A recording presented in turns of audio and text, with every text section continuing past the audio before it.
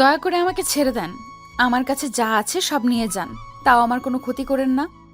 তোমার মতো এমন সুন্দরী মেয়েকে এভাবে টাকা নিয়ে ছেড়ে দেয় কিভাবে বলো? তোমাকে দেখলে তো যে কোনো ছেলে পাগল হয়ে যাবে। আর সেখানে তো আমি একটা খারাপ ছেলে। আর তোমাকে ছেড়ে দিব ভাবলে কিভাবে?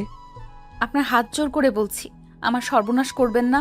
আপনার যত টাকা লাগে আমাকে বলেন, আমি দিয়ে দিব, কিন্তু আমার ক্ষতি করেন না। আদিবা আদিত্যর কাছে হাত জোর করতে লাগলো আর কান্না করতে লাগলো। আদিত্য আদিবার কোনো কথা না শুনে ঝাঁপিয়ে পড়ল। এক এক করে আদিবার শরীর থেকে সবকিছু খুলে ছুঁড়ে ফেলে দিল। আদিবার সারা শরীর চুমুতে ভরিয়ে দিল। আদিবা আদিত্যকে সরিয়ে দেওয়ার চেষ্টা করতে লাগলো আর কান্না করতে লাগলো, কিন্তু আদিবার কান্না আদিত্যর কানে পৌঁছালো না। আদিত্য নিজের মতো করে আদর করতে লাগলো। আদর করা শেষ করে আদিত্য আদিবার ব্যাগ থেকে টাকা, সাথে আদিবার গলার থেকে চেন টান দিয়ে নিয়ে নেয়। তারপর আদিত্য দৌড়ে আদিবাকে রেখে পালিয়ে গেল। আদিবা জোরে জোরে কান্না করতে লাগলো। হঠাৎ করে আদিবা কারো ডাকাডাকিতে চোখ খুলে দেখে ওর আম্মু বলে উঠল, আদিবা, এই আদিবা, আবার কান্না করছিস? আদিবা খাট থেকে উঠে শক্ত করে জড়িয়ে ধরলো ওর আম্মুকে। ওর আম্মু পিঠে হাত বুলিয়ে দিতে দিতে বলল, মা, আমার কান্না করিস না। এই জুনিয়রকে যদি কোনো দিন খুঁজে পাই, ওর এমন হাল করব না। আম্মু, আমি আর নিতে পারছি না। এই এক স্বপ্ন বারবার কেন আমার চোখের সামনে আসছে? আমি তো ওই রাতটাকে ভুলে যেতে চাই, তাও কেন বারবার স্বপ্ন হয়ে আমাকে মনে করিয়ে দিচ্ছে। তুই এটা নিয়ে বেশি ভাবিস জন্য এমন হয়। তোকে কতবার বললাম ওইসব নিয়ে ভাবিস না, যা হবার হয়ে গেছে। তুই যে বেঁচে আসোস এটাই তো অনেক। আমার একমাত্র মেয়ে তুই। তোর কিছু হয়ে গেলে আমরা কিভাবে বেঁচে থাকতাম বল? আম্মু, আমি একটা ধর্ষিতা মেয়ে। আমার বেঁচে থাকার চেয়ে মরে যাওয়া মনে হয় ভালো ছিল। প্লিজ এসব কথা রাখ। অফিসে যাবি না? অফিসে যাওয়ার সময় হয়ে গেছে, যা ফ্রেশ হয়ে আয়। আদিবা ওর আম্মুকে ছেড়ে চোখের পানি মুছে ওয়াশরুমে চলে যায়। আর এদিকে আদিত্য সকালে ঘুম থেকে উঠে গোসল করে ইন্টারভিউ দেওয়ার জন্য রেডি হয়ে নিল। আদিত্যর ছোট বোন এসেছে। আদিত্যকে বলল, ভাইয়া, রান্না শেষ, খাবার খেয়ে বের হ। আদিত্য ওর বোনের কথা শুনে ওর বোনের সাথে যেতে লাগলো। আদিত্যর বোন একটা পার্টি মাটিতে বিছিয়ে আদিত্যকে বসতে দিল। আদিত্য বসলে আদিত্যর বোন আতিয়া খাবার বেড়ে দিল। আদিত্য খাবার প্লেটটা হাতে নিয়ে ওর বোনকে খাওয়াই দিতে লাগলো আর নিজেও খেতে লাগলো। খাবার খাওয়া শেষ করে আদিত্য বলল, বুনু, তুমি ঘরে থেকো, দরকার ছাড়া দরজা খুলো না। আমি বাসায় আসলে তোকে নিয়ে ঘুরতে যাবো, আচ্ছা? আচ্ছা ভাইয়া। আদিত্য বাড়ি থেকে বের হয়ে 10 মিনিট হেঁটে বাস কাউন্টারে গিয়ে লোকাল বাসে উঠে বসলো। 20 মিনিট পর বাস থেকে নেমে রিক্সা নিয়ে সোজা অফিসের সামনে গিয়ে নেমে তাড়াতাড়ি করে অফিসের ভিতরে ঢুকে পড়লো। ভিতরে গিয়ে দেখে অনেকজন দাঁড়িয়ে আছে ইন্টারভিউ দেওয়ার জন্য।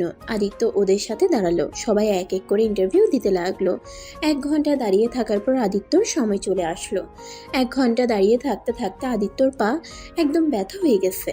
তারপর নিজেকে ঠিক করে ক্যাবিনের সামনে গিয়ে বলল, আসতে পারি ম্যাম? আসুন। আদিত্য ভিতরে গিয়ে আদিবাকে দেখে চমকে গেল। আদিত্যর হাত পা কাঁপতে লাগলো। আদিত্যকে বসতে বলল। আদিত্য বুঝতে পারছে না বসবে নাকি দৌড়ে পালিয়ে যাবে। আদিত্যকে এভাবে দাঁড়িয়ে থাকতে দেখে আদিবা বলল, কি ব্যাপার, বসছেন না কেন? বসেন। আদিত্য ঢোক গিলতে গিলতে চেয়ার টেনে বসলো। আদিবার দিকে কাগজপত্র দিয়ে দিল।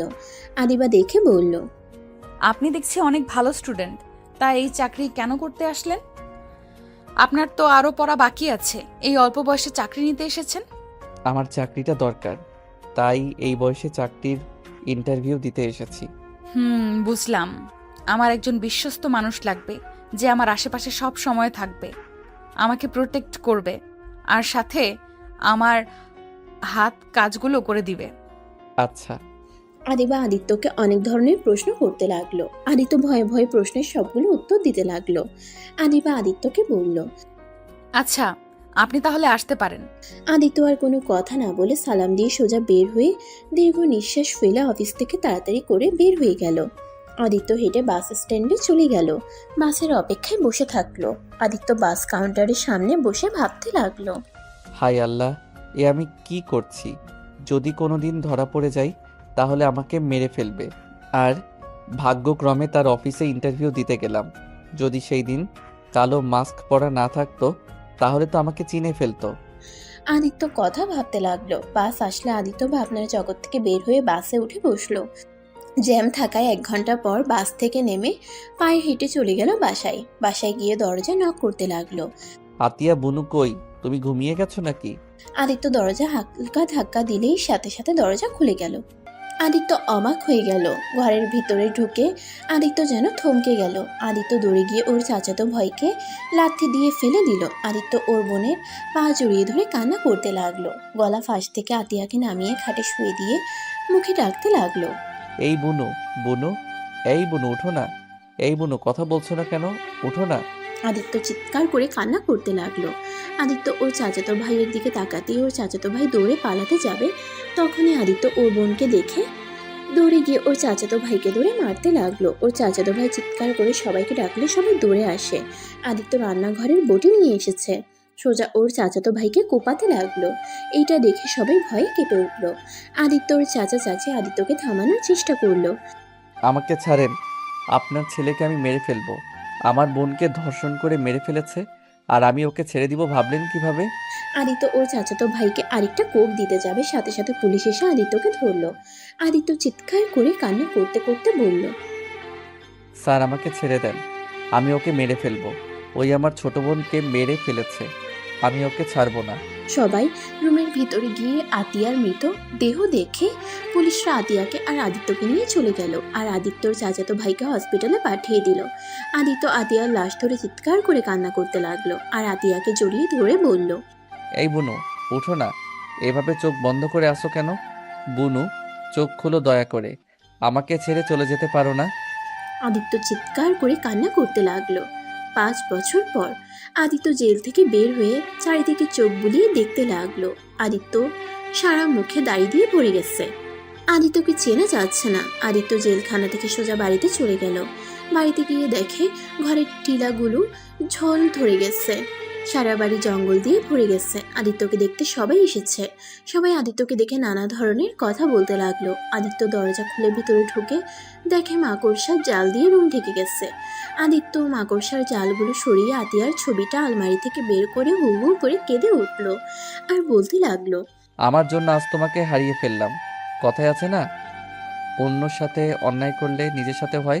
সেই দিন যদি আমি ওই ভুলটা না করতাম, আজ এমনটা হয়তো হতো না। আমার পাপের শাস্তি তোকে পেতে হলো রে বোন, আমাকে তুই ক্ষমা করে দিস। আদিত্য কথাগুলো বলে অঝোর ধারায় কান্না করতে লাগলো। অনেকক্ষণ কান্না করে ব্যাগের ছবিটা নিয়ে দরকারি কাগজপত্র তুলে কিছু শার্ট প্যান্ট তুলে বের হয়ে গেল। সবাই আদিত্যর দিকে তাকিয়ে আছে। আদিত্য 10 মিনিট হেঁটে বাস কাউন্টারে চলে গেল। বাসে উঠে ঢাকা চলে আসলো। আদিত্যর অনেক ক্ষুধা লাগলে পকেট থেকে 20 টাকা বের করে কলা পাউরুটি কিনে খেতে লাগলো। খাওয়া শেষ করে আদিত্য ফোন বের করে একজনকে কল দিল। কল রিসিভ হইলে ওই পাশ থেকে বলল, কে? ভাই, আমি আদিত্য। এটা তো আপনার নাম্বার, আপনি চিনতে পারছেন না? রাকিব চোখ ডোলে ফোনের দিকে তাকিয়ে বলল, ও আদিত্য, তুমি? ঘুমের ভিতরে নাম্বার দেখি নাই। আচ্ছা, তুমি কি সাড়া পেয়েছো? জি। তুমি এখন কোথায় আছো? জি, আমি বাস কাউন্টার থেকে নেমেছি, একটা দোকানে বসে আছি। আচ্ছা, তুমি বাস কাউন্টারের আশেপাশে থাকো, আমি মানুষ পাঠিয়ে দিচ্ছি। আচ্ছা ভাইয়া। আদিত্য বাস কাউন্টারের সামনে গিয়ে বসলো। অনেকক্ষণ অপেক্ষা করার পর আদিত্যকে কল দিলে আদিত্য রিসিভ করলে 2 জন লোক এসে আদিত্যকে নিয়ে গেল। আদিত্যকে একটা বিশাল বড় বাড়ির সামনে নিয়ে গিয়ে গাড়ি থেকে নামিয়ে দিল। আদিত্য গেট দিয়ে ঢুকে রাকিবকে কল দিলে রাকিব রিসিভ করে বলল, সদর দরজার কাছে আসো।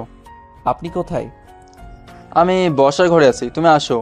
আদিত্য কলটা কেটে সদর দরজার কাছে গিয়ে কলিং বেল চাপ দিতেই দরজা খুলে গেল। আদিত্যকে দেখে মেয়েটা ভিতরে নিয়ে গেল। ভিতরে যেয়ে রাকিব এসে হ্যান্ডশেক করলো। আদিত্যকে নিয়ে বসার ঘরে গেল। আদিত্যকে রাকিব ওর আব্বু আম্মুর সাথে পরিচয় করিয়ে দিতে যাবে। আদিত্য চমকে উঠল। আদিত্য কিছু বলার আগে রাকিবের আম্মু রাহেলা বেগম বলল, তুমি আমার ছেলেকে জেলের ভিতর অনেক যত্ন রেখেছিলে, তোমার কথা অনেক শুনেছি। তোমাকে কি বলে যে ধন্যবাদ দেব? তোমার সব ঘটনা শুনছি, সত্যি তোমার সাথে খুব খারাপ হয়েছে। আজ থেকে তুমি আমার এখানে থাকবে, আর নিজেকে এখনই একা ভাববো না। আজ থেকে আমরা তোমার আপনজন। রাহেলা বেগমের কথা শুনে আদিত্যর চোখ দিয়ে কয়েক ফোঁটা পানি বের হইলে চোখ মুছে বলল, আপনাকে কিভাবে যে ধন্যবাদ দিব আমি ভাষা খুঁজে পাচ্ছি না। রাকিব ভাইয়ার থেকে শুনেছিলাম আপনাদের কথা। আসলে আপনারা অনেক ভালো মানুষ। আচ্ছা রাকিব, তুমি যাও, আদিত্যকে রুম দেখিয়ে দাও। আচ্ছা আম্মু। আদিত্য রাকিবের সাথে যেতে লাগলো। আদিত্য পিছন মুড়ে আরেকবার রাহেলা বেগম আর সাইফুল চৌধুরীকে দেখতে লাগলো। আদিত্যকে রুমে নিয়ে গেল। রাকিব বলল, রুম তোমার পছন্দ হয়েছে? ভাইয়া, আপনাকে যে কিভাবে ধন্যবাদ দিব আমি ভাষা খুঁজে পাচ্ছি না। আপনি আমাকে নিজের বাড়িতে থাকতে দিচ্ছেন। ভাইয়া, আমাকে কি এত বিশ্বাস করা ঠিক হচ্ছে? দেখ আদিত্য, আমার তোমাকে অনেক ভালো লেগেছে। আমি তোমায় বলছিলাম তুমি আমার ছোট ভাই, তোমাকে আমি ছোট ভাইয়ের মতোই ভালোবাসি। আমি তোমার সাথে 2 বছর থাকছি।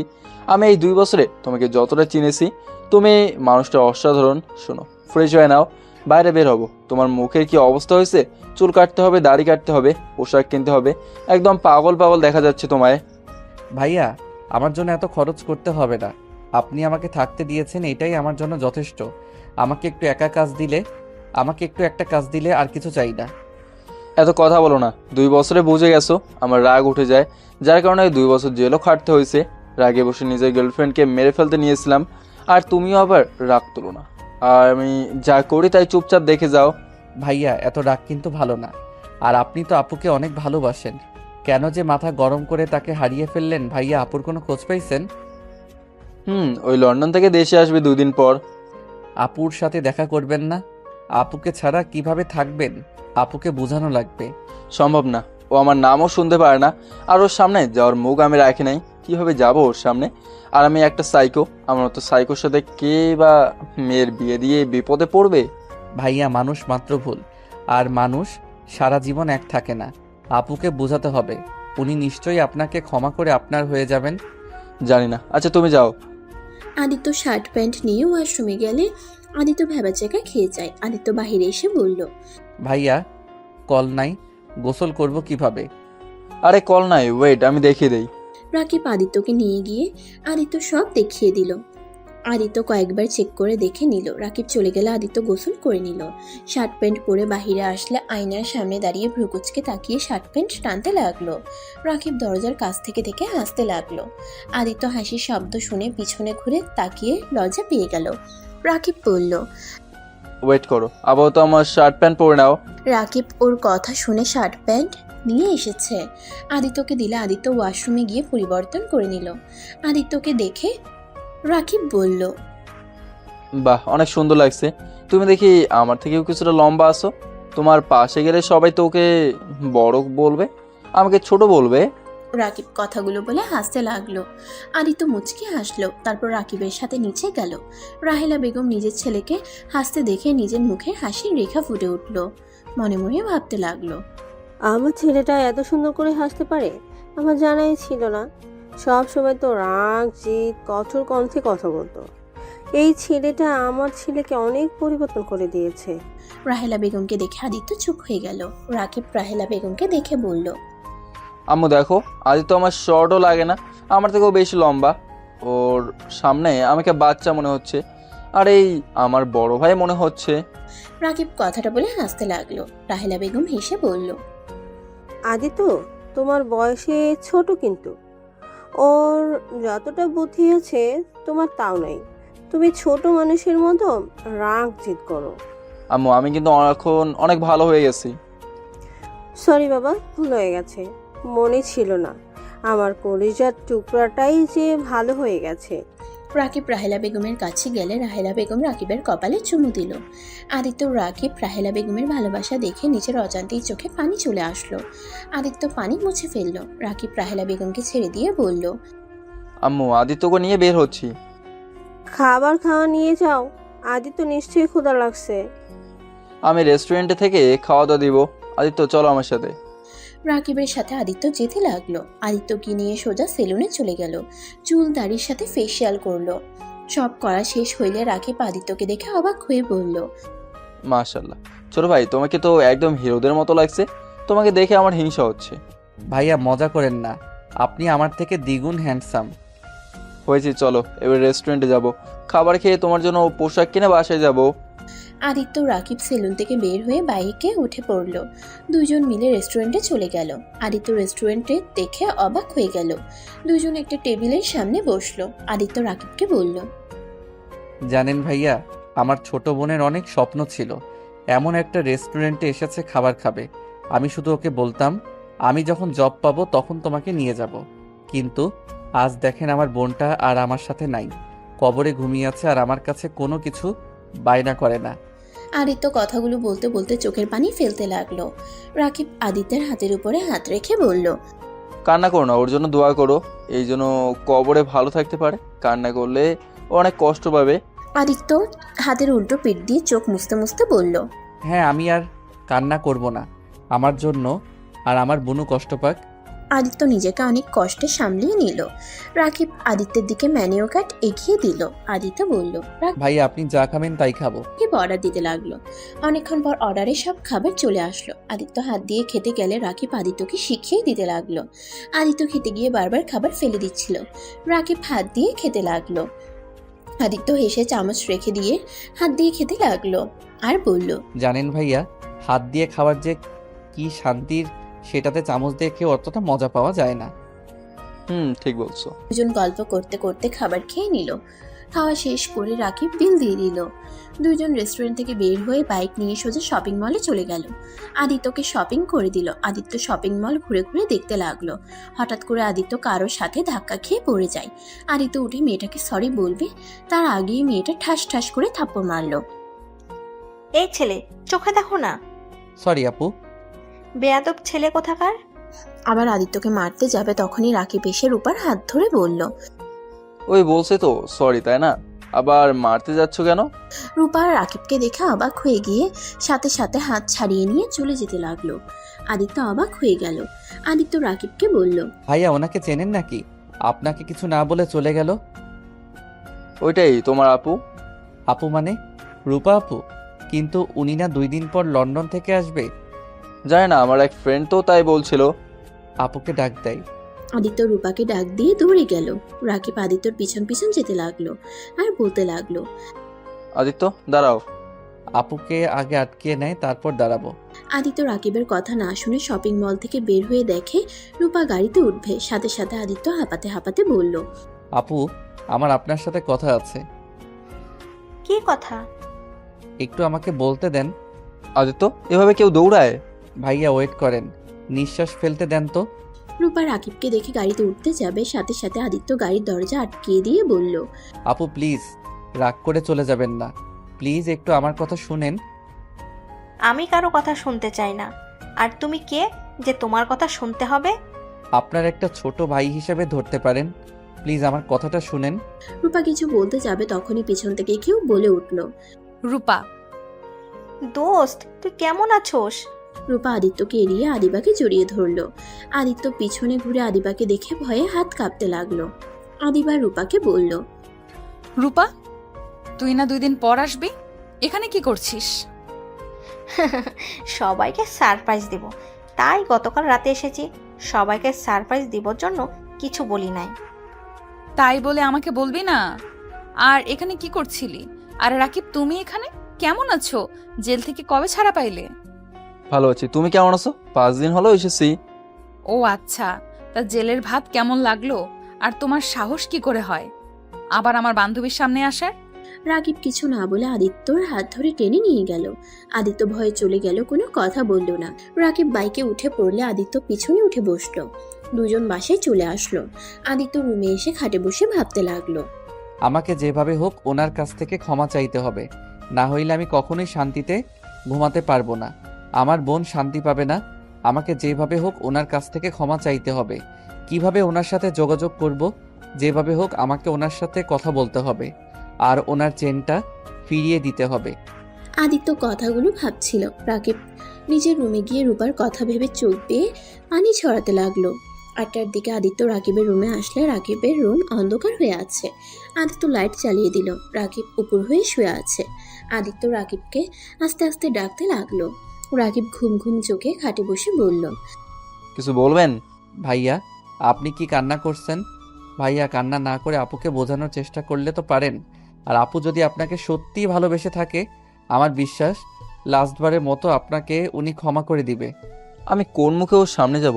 আমি ওকে গলার টেপে মেরে ফেলতে চাইছিলাম, শুধুমাত্র অন্যজনের কথায় ওকে ভুল বুঝে। আমি কেমন ভালোবাসলাম ওকে, যে আমি ওকে বিশ্বাস করতে পারলাম না, অন্য কারো কথায় ওকেও অবিশ্বাস করলাম। ভাইয়া, আপনি অন্যায় করছেন। আপনি তো 2 বছর জেলও খাটলেন।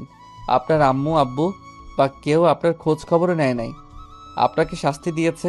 আপনি তো এখন আগের মতো নাই, অনেকটা ভালো হয়ে গেছেন। এ আমাকে কখনোই ক্ষমা করবে না, ও আমাকে সহ্য করতে পারছে না। আচ্ছা ভাইয়া, নতুন করে আপুকে পটালে কেমন হয়? মানে? আদিত্য রাকিবকে কিছু প্ল্যান বলল। রাকিব শুনে ভ্রুকুচকে বলল, মুখে জুতা ছুঁড়ে মারবে। আরে তাই তো করতে পারেন। আচ্ছা। আচ্ছা ভাইয়া, একটা কথা বলার ছিল। বলো। আপুর সাথে যে একটা মেয়ে দেখলাম, উনিকে আপনি কি চিনেন? চিনি, আমার আব্বুর আর রূপার আব্বুর বন্ধুর মেয়ে, আর রূপার বেস্ট ফ্রেন্ড।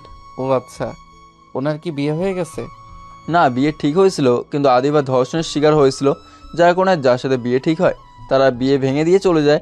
আর ধর্ষিতা মেয়েকে কেউ বিয়ে করতে চায় না, বিয়ে করতে চাইলে ওদের সম্পদের লোভে বিয়ে করতে আসে। এটা তো ভালো করে জানো, ধর্ষিতা মেয়েদের জীবন কতটা কঠিন হয়ে দাঁড়ায় সমাজের মানুষদের জন্য। আর শুনছি ওর নাকি বিয়ে ঠিক হয়েছে, 4 দিন পর মনে হয় বিয়ে, আমাদের দাওয়াত দিয়েছে, বাট আমি যাব না, আব্বু আম্মু যাবে। কেন যাবেন না? শুনেন, এইটাই ভালো সময়। রূপা আপু তো অবশ্যই ওনার বিয়েতে যাবে, তখন ওনাকে কাছে পাবে, ওনাকে ইমপ্রেস করতে সুবিধা হবে। তাই তো, কতটা খারাপ বলো না, এই সুযোগ কাজে লাগাতে হবে। এখন মন খারাপ না করে হাসেন। আচ্ছা তুমি বসো, আমি ওয়াশরুম থেকে আসছি। রাকিব ওয়াশরুমে চলে গেল। আদিত্য নিজের উপরে অনেক রাগ হতে লাগলো। মনে মনে ভাবতে লাগলো, আল্লাহ জানে আমার জন্য ওনাকে কত কি সহ্য করতে হয়েছে। দর্শিতা মেয়েদের জীবনটা একদম সমাজের মানুষ নরক বানিয়ে ফেলে। এই আল্লাহ, আমি আর পারছি না। কিছু মিনিটের সুখের জন্য একটা লাইফ বরবাদ করে ফেলছি। আমি কিভাবে ওনার থেকে ক্ষমা চাইবো? কোন মুখ নিয়ে ওনার সামনে দাঁড়াবো? আদিত্য কথাগুলো ভাবতে লাগলো। আর রাকিব ওয়াশরুম থেকে ফ্রেশ হয়ে বের হয়ে আদিত্যকে বলল, চলো ছাদে যাই, রাতে ভিউটাই অনেক সুন্দর লাগে। আচ্ছা চলেন। আদিত্য রাকিবের সাথে ছাদে চলে গেল। ছাদে গিয়ে দুজন দোলনায় বসে থেকে আকাশের দিকে তাকিয়ে দেখতে লাগলো। আদিত্য রাকিবকে ডাকতে দিলে আদিত্য আর রাকিব নিজে চলে গেল। 4 জন খাবার খেতে বসলো। আদিত্য খাবার খাচ্ছিল আর মাঝে মাঝে রাহেলা বেগম আর সাইফুল চৌধুরীর দিকে তাকিয়ে দেখতে লাগলো। বিষয়টা রাহেলা বেগমের চোখে পড়ল। রাহেলা বেগম খাবার মুখে দিতে দিতে বলল, আদি তো কিছু লাগবে? যা লাগে নিয়ে খাও। না আন্টি, কিছু লাগবে না। 4 জন খাবার খাওয়া শেষ করে বসার ঘরে গিয়ে বসে গল্প করতে লাগলো। কথা বলার মাঝখানে আদিত্য বলে উঠল, আচ্ছা রাকিব ভাইয়া কি একাই? তার কোনো ভাই বোন নাই? আদিত্যর কথা শুনে রাহেলা বেগম সাইফুল চৌধুরী থমকে গেল। রাহেলা বেগমের মুখ মলিন হয়ে গেল। আদিত্য তাদের মুখ দেখে বলল, আঙ্কেল আন্টি, আমি কোনো ভুল করে প্রশ্ন করে ফেললাম, তাহলে সরি, আমাকে ক্ষমা করে দেন। আরে না, কোনো ভুল প্রশ্ন করো নাই। আমার 2টাই সন্তান। আরেকজন কোথায়? জানি না। মানে? আমার ছোট সন্তান কোথায় আছে আমরা কেউ জানি না। বেঁচে আছে নাকি মারা গেছে কিছুই জানি না। কথাটা বলে রাহেলা বেগমের চোখ পানিতে টলমল করতে লাগলো। রাকিব রাহেলা বেগমের দিকে তাকিয়ে বলল, আম্মু আবার কান্না করছো? আমি তো আসি নাকি, এভাবে কান্না করলে আমার ভালো লাগে না কিন্তু। রাকিবের কথা শুনে চোখ মুছে ফেলল। আমি আর কাটবো না, তোমরা খাবার খাও। রাহেলা বেগম আর কিছু না খেয়ে উঠে চলে গেল। আদিত্য মাথা নিচু করে বলল, সরি, আমার জন্য আন্টি না খেয়ে চলে গেল। আরে তেমন কিছু না, আম্মু মাঝে মাঝেই এমন করে। আমার ছোট ভাই হারিয়ে যাওয়ার পর থেকে এমন করে, অনেকবার খাবার ছেড়ে উঠে গেছে। আচ্ছা ভাইয়া, আপনার ছোট ভাই হারিয়ে গেল কিভাবে? 2004 সালে আম্মু আমাকে আর ছোট ভাইকে রাফিনকে নিয়ে পার্কে গেছিল। আমি আইসক্রিমের বায়না হলে আম্মু আমার জন্য আইসক্রিম কিনতে চলে যায়, আর আমি আর আমার ছোট ভাই খেলা করছিলাম। হঠাৎ করে আমি প্রজাপতি দেখে প্রজাপতির পেছন পেছন চলে যাই। আমি রাস্তায় পৌঁছে গেলে অ্যাক্সিডেন্ট হতে যাবে, তার আগে আম্মু দৌড়ে আমার কাছে যায়, আমাকে কোলে তুলে নিয়ে এসেছে। দেখে আমার ছোট ভাই যেখানে রেখে গেছিলাম ওইখানে নাই। শুধু আমার ছোট ভাই না, ওইখানে আরও ছোট 3টা বাচ্চা ছিল, ওদের কেউ খুঁজে পায় না। আজ 20 বছর হয়ে গেল, কাউকে এখন পর্যন্ত পাওয়া যায় নাই। রাকিব কথাগুলো বলে এক পর্যায়ে কান্না করে দিল আর বলতে লাগলো, ভাইয়া কান্না করো না, এখানে তোমার কোনো দোষ নাই। তুমি নিজেও তো ছোট ছিলে, তখন কিডন্যাপারদের সাথে তুমি পারতে না? ওরা হয়তো তোমার ভাইয়ের সাথে তোমাকে তুলে নিয়ে যাইতো। আমি জানি না, কিন্তু আমাকে নিয়ে গেলে তাও নিজের কাছে অপরাধী মনে হতো না। তিলে তিলে এভাবে শেষ হয়ে যেত হয়তো না। আদিত্য রাকিবকে সান্ত্বনা দিতে লাগলো, সাথে সাইফুল চৌধুরীও দিতে লাগলো। রাকিব ওর আব্বুকে জড়িয়ে ধরে কান্না করতে লাগলো। আদিত্য একটা প্লেটে খাবার বেড়ে রাহেলা বেগমের রুমের দিকে যেতে লাগলো। রাকিব, সাইফুল চৌধুরী অবাক হয়ে গেল। আদিত্য রাহেলা বেগমের রুমে গিয়ে বলল, আন্টি, আদিত্য কিছু বলবে? আদিত্য রাহেলা বেগমের কাছে গিয়ে বসে চোখের পানি মুছে দিয়ে খাবারের লোকমা মুখে তুলে দিয়ে বলল, আন্টি কান্না করবেন না। আজ থেকে আমি আপনার ছোট ছেলে। আপনি মোটেও ভাববেন না আপনার ছোট ছেলে হারিয়ে গেছে। আদিত্যর কথা শুনে রাহেলা বেগম আরও ইমোশনাল হয়ে আদিত্যকে জড়িয়ে ধরল। আদিত্যর কপালে চুমু দিল। আদিত্য রাহেলা বেগমকে খাবার খাওয়াই দিল। দুজনের ভিতরে ভালো একটা সম্পর্ক হয়ে গেল। 4 দিন পর ভাইয়া উঠেন, আম্মু আব্বু ডাকছে। তাড়াতাড়ি উঠে বিয়ে বাড়িতে যেতে হবে তো। আমাকে ঘুমাতে দাও, পরে যাব, এখন যাব না। ভাইয়া আমাদের কাজ কি ভুলে গেছেন? রূপা আপুকে ইমপ্রেস করতে হবে তো। আদিত্যর কথা শুনে রাকিব লাফ দিয়ে উঠে তাড়াতাড়ি করে ফ্রেশ হতে চলে গেল। রাকিব তাড়াতাড়ি করে রেডি হয়ে নিল। রাকিব আদিত্য একসাথে নিচে গেলে রাহেলা বেগম বলল, মাশাল্লাহ, আমার ছেলে দুইটাকে পাঞ্জাবিতে অনেক সুন্দর লাগছে, কারণ নজর না লাগে। রাহেলার কথা শুনে 4 জন হেসে উঠল। তারপর বাসা থেকে বের হয়ে গাড়িতে উঠে পড়ল। 20 মিনিট বিয়ে রিসেপশন চলে গেল। সবাই নাচ গান করছে। আদিত্য রাকিব রূপাকে খুঁজতে লাগলো। খুঁজতে খুঁজতে রূপাকে ছাদে পেল। রাকিব আদিত্যকে সামনে এগিয়ে দিলে আদিত্য রূপার কাছে গিয়ে বলল, আসসালামু আলাইকুম আপু, কেমন আছেন? রূপা কারো কণ্ঠ পেয়ে পিছনে ঘুরে তাকিয়ে দেখে আদিত্য। রূপা আদিত্যকে বলল, ওয়ালাইকুম সালাম, তুমি এখানে কি করছো? জি আপু, আমি ভাইয়াদের সাথে এসেছি। ভাইয়া, রাকিব তোমার কেমন ভাই? কলিজার ভাই। যাই হোক, ওইসব বাদ দেন। যেটা বলার ছিল, আপু ভাইয়া আপনাকে অনেক ভালোবাসে। প্লিজ আপু, ভাইয়াকে ক্ষমা করে দাও, একটা সুযোগ দেন। ভাইয়া নিজেকে অনেক পরিবর্তন করছে।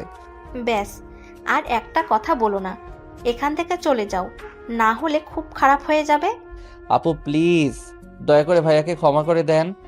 আদিত্যর কথা শুনে রূপা রেগে সোজা আদিত্যর গালে ঠাস ঠাস করে থাপ্পড় মারলে রাকিব আদিত্যর পেছন থেকে বের হয়ে রাগীর লোক নিয়ে কিছু বলতে যাবে, সাথে সাথে আদিত্য রাকিবের হাত ধরে বলল, আপু আমাকে মারেন, সমস্যা নাই। আমার ভাইয়াকে দয়া করে ক্ষমা করে দেন। ভাইয়া তো নিজের ভুল বুঝতে পারছে। 2 বছর জেল খাটছে। তারপর কি আপনার মনে হয় ভাইয়ার শাস্তি কম হয়ে গেছে? দেখেন, আপনার যদি ভাইয়ার উপরে রাগ থাকে তাহলে ভাইয়ার উপরে রাগ খাটান, দরকার পড়লে শাস্তি দেন। তাই বলে আপনি ভাইয়াকে এড়িয়ে যাবেন না। কথা বলেন অন্তত। আপনি তো ভাইয়াকে ভালোবাসেন। ভালোবাসার মানুষটাকে কি লাস্টবারের মতো ক্ষমা করা যায় না? আদিত্যর কথা শুনে রূপা কিছু বলতে যাবে, তার আগেই নিচ থেকে চিল্লাপাল্লার আওয়াজ আসলে 3 জন দৌড়ে নিচে নেমে গেল। নিচে গিয়ে দেখে আদিবা আত্মহত্যা করতে চলে গেছে। সবাই আদিবার রুমের দরজা ধাক্কাতে লাগলো। দরজা খুলছে না দেখে আদিত্য পাশের রুমের দরজা খুলে ব্যালকনি দিয়ে আদিবার রুমে ঢুকলো। আদিত্য আদিবার পা ধরে বলল, দয়া করে এমন পাপ কাজ করবেন না। এইটা কখনোই সমাধান হতে পারে না। দয়া করে নেমে আসেন। আমাকে ছেড়ে দেন, আমি বাঁচতে চাই না। আমার বেঁচে থাকার কোনো অধিকার নাই। ধর্ষিতা মেয়ের বেঁচে থাকার কোনো অধিকার নাই। দয়া করে আমাকে ছেড়ে দেন, আমি আর পারছি না। এক এক করে এইভাবে সবাই বিয়ে ভেঙে দিয়ে যাচ্ছে। 1000 জনের 1000 কথা, এত কথা শুনতে আর পারছি না। কারো কথায় কেন কান দিচ্ছেন? আপনি তো আপনার বাবা মায়ের একমাত্র সন্তান। আপনার যদি কিছু হয়ে যায় তাহলে আপনার বাবা মায়ের কি অবস্থা হবে একবার ভেবে দেখেছেন? আপনি তো আত্মহত্যা করে ভাবছেন মুক্তি হয়ে যাবেন, কিন্তু আপনার আব্বু আম্মুর কি হবে? তারা সহ্য করতে পারবে কি? আদিত্য, দরজা খোলো। ভাইয়া, উনি তো দড়ি ছড়াচ্ছেন না। ওনাকে ছেড়ে দিলে তো উনি ঝুলে যাবে। তোমার পায়ের কাছে দেখো টুল আছে, ওইটা খাটের উপরে তুলে আদিবার পায়ের নিচে দাও। আদিত্য রাকিবের কথা শুনে পা দিয়ে টুলটা নিয়ে আসতে লাগলো। আর ওইদিকে আদিবার আব্বু আম্মু কান্নায় ভেঙে পড়তে লাগলো। আর সবাই আদিবাকে নেমে পড়তে বসতে লাগলো। আদিত্য অনেক কষ্টে টুলটা নিয়ে আদিবার পায়ের কাছে দিয়ে দরজা খুলতে যাবে, সাথে সাথে আদিবা পায়ের কাছ থেকে টুল ছড়িয়ে ঝুলে পড়ে। আদিত্য দরজা খুলে দিলে সবাই রুমে ঢুকে পড়ে। আদিবার আব্বু আম্মু আদিবার হাত জড়িয়ে ধরে কান্না করতে লাগলো আর বলতে লাগলো, আদিবা, এমন কাজ করো না। কে কি বলো, ওইটা কানে নিচ্ছ কেন? কে তোমাকে বিয়ে করলো বা করলো না, ওইটা দেখার বিষয় না। আদিবা, আমাকে ছেড়ে চলে যাও না। রাকিব রূপা মিলে আদিবাকে নামিয়ে নিল। আদিবা জোরে জোরে কাঁদতে লাগলো। আদিত্যর নিজের উপরে অনেক রাগ হতে লাগলো। আদিত্য সহ্য করতে না পেরে আদিবার কাছে গিয়ে আদিবার হাত শক্ত করে জড়িয়ে ধরে বলল, আমি আপনাকে বিয়ে করতে চাই। আমি আপনাকে কথা দিচ্ছি। এই 5 বছর যতটা কষ্ট সহ্য করছেন, আমি আপনাকে সম্পূর্ণ ভালোবাসা দিয়ে সব ভুলিয়ে দেওয়ার চেষ্টা করব। দয়া করে আমাকে একটা সুযোগ দেন আপনাকে ভালোবাসার। আমি আপনার লাইফটা পরিবর্তন করে দিতে চাই। প্লিজ এভাবে ভেঙে পড়বেন না। আদিত্যর কথা শুনে সবাই অবাক হয়ে যায়। আদিবার আব্বু আম্মু অবাক হয়ে আদিত্যর দিকে তাকালে রাহেলা বেগম বলল, কি আদিত্য, তুমি বিয়ে করবে মানে? আদিবা তোমার বড় আপুর মতো। আম্মু, বয়স কোনো ব্যাপার না। আঙ্কেল আন্টি, আপনাদের কাছে আপনার মেয়েকে আমি চাচ্ছি। আমি একটা বেকার ছেলে আর আমি গরিব ঘরের সন্তান। আমি আপনার মেয়েকে বিয়ে করতে চাই। আমি জানি ছোট মুখে বড় কথা হয়ে যাচ্ছে, কিন্তু সত্যি আমি আপনার মেয়েকে বিয়ে করতে চাই। আমি আপনার মেয়েকে হয়তো বড়লোকদের মতো টাকা পয়সা দিয়ে ভরিয়ে দিতে পারবো না, কিন্তু ভালোবাসার সম্মান দিয়ে রাখতে পারবো। একবার আমাকে বিশ্বাস করে দেখেন, আমি যদি আপনার মেয়েকে অসুখে রাখি তাহলে আপনারা আমাকে মেরে ফেলেন, আমার কোনো আফসোস থাকবে না। আদিত্যর কথা শুনে সবাই কানাঘুষা করতে লাগলো। অনেকক্ষণ ভেবে চিন্তা করে আদিবার আব্বু আম্মু রাজি হয়ে যায়। আদিবা কিছু বলতে চাইলে বলার সুযোগ দেয় নাই।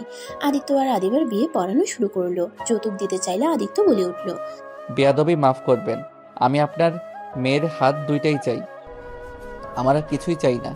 যদি যৌতুক হিসেবে কিছু দিতে চান জোর করে, আমি তাহলে একটাই জিনিস চাইবো, সেইটা আপনার মেয়েকে। আদিত্যর কথা শুনে সবাই অবাক হয়ে গেল। কেউ কেউ আদিত্যকে ভালো বলতে লাগলো, কেউ কেউ আদিত্যকে পাগল বলতে লাগলো। আদিবার আব্বু আম্মু আদিত্যর প্রতি অনেকটাই ইমপ্রেস হয়ে যায়। আদিত্য আর আদিবার বিয়ে পড়িয়ে দিল। আদিত্যর বাবা মা হিসাবে রাহেলা বেগম সাইফুল চৌধুরী স্বাক্ষর দেয়। আদিবা আর আদিত্য বসে আছে। সবাই নাচানাচি গান বাজনা নিয়ে মেতে থাকলেও আদিবার মুখে এক ফোঁটা হাসি নাই। আদিবার চোখ বেয়ে অনবরত পানি পড়ছে। আদিত্য আদিবার চোখের পানি মুছে দিতে দিতে বলল, আমি জানি আমাকে আপনার পছন্দ না, আমি জানি আমার উপরে আপনার রাগ হচ্ছে। দয়া করে প্লিজ এভাবে কান্না করবেন না, আপনার কান্না আমার সহ্য হচ্ছে না। আমি একবার যখন আপনার হাত ধরেছি তখন আমার মৃত্যুর আগ পর্যন্ত আপনার হাত ধরে বাঁচতে চাই। এই হাত কখনোই আপনার হাত ছেড়ে দিবে না। আদিত্যর কথা শুনে আদিবা কিছু বলল না, চুপ করে বসে থাকলো। আদিত্য আদিবার জন্য বাসর ঘর সাজানো হইলে আদিবা আর আদিত্যকে নিয়ে বাসর ঘরে দিয়ে আসলো। আদিত্য দরজা লাগিয়ে দিলে আদিবা আদিত্যকে বলল, তুমি কি পাগল? আমার মতো ধর্ষিতা মেয়েকে কেন বিয়ে করলে? বিয়ে তো করলে, আবার যৌতুক পর্যন্ত নিলে না। তুমি আমাকে কেন দয়া করলে? আমি তোমায় দয়া করি না, আমি আমার ভুল শোধরানোর জন্য তোমায় বিয়ে করছি। মানে? আদিত্য আদিবাকে সত্যি বলতে যাবে তখনই ভাবতে লাগলো। কি হলো? কি ভাবো এইভাবে? আমি যদি সত্যি বলি তাহলে উনি অনেক কষ্ট পাবে। না থাক, সময় হইলে ওনাকে সব সত্যি কথা বলে দিতে হবে। আমি চেয়েছিলাম আমি জীবনে বিয়ে করলে একটা ধর্ষিতা মেয়েকে বিয়ে করব। অবহেলিত মেয়েদের বিয়ে করার ইচ্ছে ছিল, সেইটা পূর্ণ হয়ে গেল। আমি দেখেছি অবহেলিত মেয়েরা স্বামীদের অনেক ভালোবাসে, তাই ছোটবেলা থেকে এই শখটা জেগেছিল। এটা কোনো কথা? আমি যদি তোমাকে না ভালোবাসি? তুমি আমার স্ত্রী, সেখানে তুমি এখন ভালো না বাসলে একদিন না একদিন আমায় তুমি ভালোবাসবে। আমি সেই দিনের অপেক্ষায় থাকব। শোনো, বাস্তব দুনিয়ায় চলার চেষ্টা করো, কল্পনার দুনিয়ায় চলো না। আমি বাস্তব দুনিয়াতে আসি। যাই হোক, আজকে আমাদের বাসর রাত, আর আপনি কি এলোমেলো কথা বলা শুরু করছেন? বাসর রাত নিয়ে কত স্বপ্ন ছিল। বউ ঘোমটা দিয়ে বসে থাকবে, আমি গিয়ে বউয়ের ঘোমটা খুলে কপালে চুমু দিয়ে প্রশংসা করব, তা তো কিছুই হলো না। উল্টা বউ আমাকে জেরা করা শুরু করে দিয়েছে। আদিত্যর কথা শুনে আদিবার হাসি পেল, কিন্তু হাসলো না। হাসি আটকিয়ে বলল, এত যে বড় বড় কথা বলছো, এখন যদি বলি তুমি আমাকে টাচ করতে পারবে না, আমি তোমাকে অনুমতি দিলাম না, তখন তুমি কি করবে? বউ অনুমতি না দিলে সেখানে তো আর কিছু করার নাই। জোর করে তো আর বউকে টাচ করা যাবে না। গুড, যাও ঘুমিয়ে পড়ো, আমার অনেক ঘুম পাচ্ছে। ঘুমালে আবার আত্মহত্যা করবেন না তো? কি মনে হয়? কি আর মনে হবে, যারা একবার আত্মহত্যা করতে যায় তাদের পিছনে শয়তান লেগে পড়ে সবসময় কুপরামর্শ দিবে। রাগ হইলে কষ্ট পারলে বলবে এত কষ্ট সহ্য করে কি হবে, আত্মহত্যা করো, সবাইকে মুক্তি করে দে, তোকে কেউ ভালোবাসে না। আদিত্যর কথা শুনে আদিবা পিছনে ঘুরে মিটিমিটি হাসতে হাসতে ওয়াশরুমে চলে গেল। আদিত্য বিছানার উপরে বসে নিচের দিকে তাকিয়ে থেকে মনে মনে ভাবতে লাগলো, আপনার মুখে আমি হাসি ফুটাবো, আমার জন্য আপনার মুখের হাসি চলে গেছে। আমি আপনাকে আগের মতো স্বাভাবিক করে দিব, যেভাবে হোক আপনাকে আমার ভালো রাখতে হবে। আদিত্য ওর পকেট থেকে ওর বোনের ছবি বের করে বুকে জড়িয়ে চোখের পানি ফেলতে লাগলো আর ভাবতে লাগলো, বোন রে, তোমাকে যে আমি খুব মিস করছি। বোন, তুমি কি দেখতে পারছো? আমি আমার ভুল শুধরানোর জন্য ওনাকে বিয়ে করেছি।